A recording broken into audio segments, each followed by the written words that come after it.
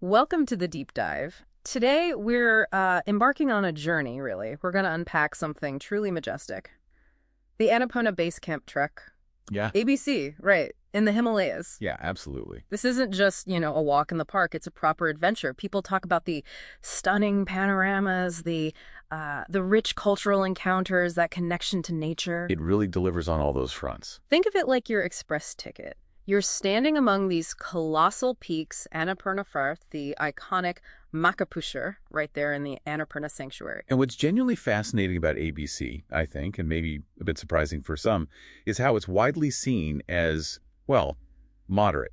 Even beginner-friendly for a high-altitude Himalayan trip. Beginner-friendly for the Himalayas. Relatively speaking, yes.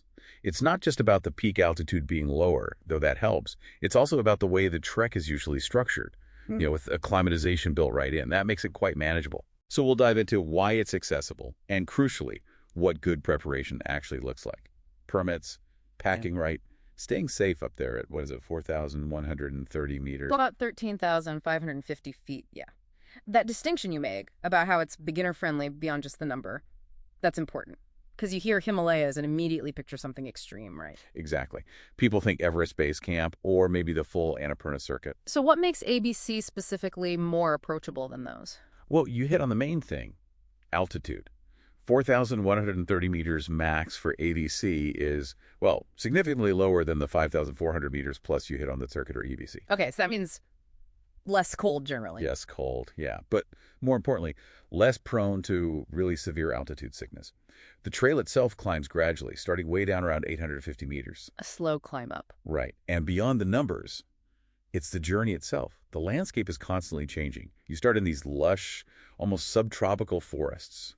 Amazing rhododendrons if you go in spring. Then it shifts up into that stark, beautiful alpine terrain. And you pass through villages like Gondruk, multi-ethnic villages, offering this really profound cultural side to it all. It just adds so much. That mix does sound powerful, nature and culture. But, okay, even if it's moderate, you can't just show up, right? Preparation's got to be key. Where do we even start planning this? Permits. That's the absolute foundation. You need two main ones. Two, okay. The Annapurna Conservation Area Permit, ACKP, and the Trekker's Information Management System card, TIMS. They're not crazy expensive, usually around $22, $25 US for ACP, maybe 9 to 18 for TIMS. Right. But here's the big thing, a recent change. Since April 1st, 2023, all international trekkers pretty much have to have a license guide for most routes in Nepal, including Annapurna. Oh, wow. So no more independent trekking, basically. That changes things. It's a safety measure, I assume. It shifts logistics for sure. It's about safety and, managing trekking in the region. Okay, so permits, guide. What about the practical stuff? Packing. I mean, mountain weather is notoriously fickle. What's the classic packing blunder people make for ADC? Oh, easily. The biggest mistake is underestimating layering and not breaking in your boots. Ah, the boots. Classic. You absolutely need moisture-wicking base layers, fleece, a proper warm-down jacket, and good waterproof outer layers. Showing up with brand-new boots, that's just asking for blisters at a miserable time. Been there. And another thing, for self-reliance, plastic water bottles are controlled up there in the sanctuary, so water purification tablets or like a life straw filter, essential. You just have to be ready for anything the mountain decides to throw at you. Good point. And beyond gear, being self-reliant also means knowing the risks, right? Trail safety, especially with the altitude. What's the absolute must-know? Altitude sickness, AMS, is the #1 concern at 4,130 meters. Acute mountain sickness, headaches, nausea, feeling wiped out. Not fun at all. Right. Best prevention, go slow.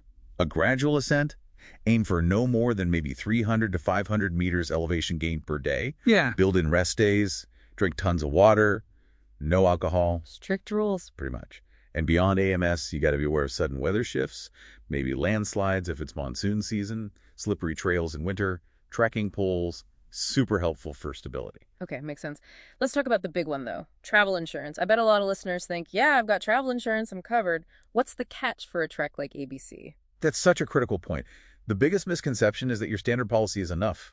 It almost never is. Really? Why not? Most standard policies have an altitude limit, often around 3,000 meters. ABC Base Camp is over 4,000, so you need specialized high-altitude cover or an adventure sports add-on. And what does that actually cover? The crucial thing is helicopter rescue.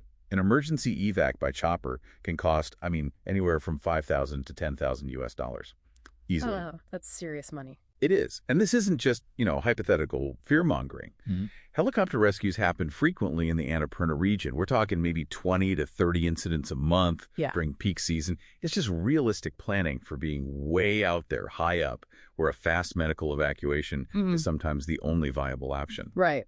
So bringing it all together, what's the takeaway here? The Annapurna Base Camp trek, it really sounds like this amazing combination. You get the incredible nature, the deep cultural immersion, and a challenge that's, well, tough but achievable. Definitely achievable for many. It seems like an ideal way to get your first real taste of the Himalayas' grandeur. Absolutely. But connecting it back, while it is uniquely accessible for a high-altitude Himalayan trek, you can't forget it's still remote, it's still high altitude. So that proactive planning, the careful acclimatization we talked about, and especially getting that comprehensive travel insurance, the kind that includes helicopter rescue, those are absolutely paramount. They're what make the difference between just going and having a safe, truly unforgettable journey. Makes perfect sense. Which kind of raises an interesting question for you, listening out there. When you think about embarking on an adventure like this, what gives you more peace of mind? Is it the thrill of pushing towards that goal, the challenge itself?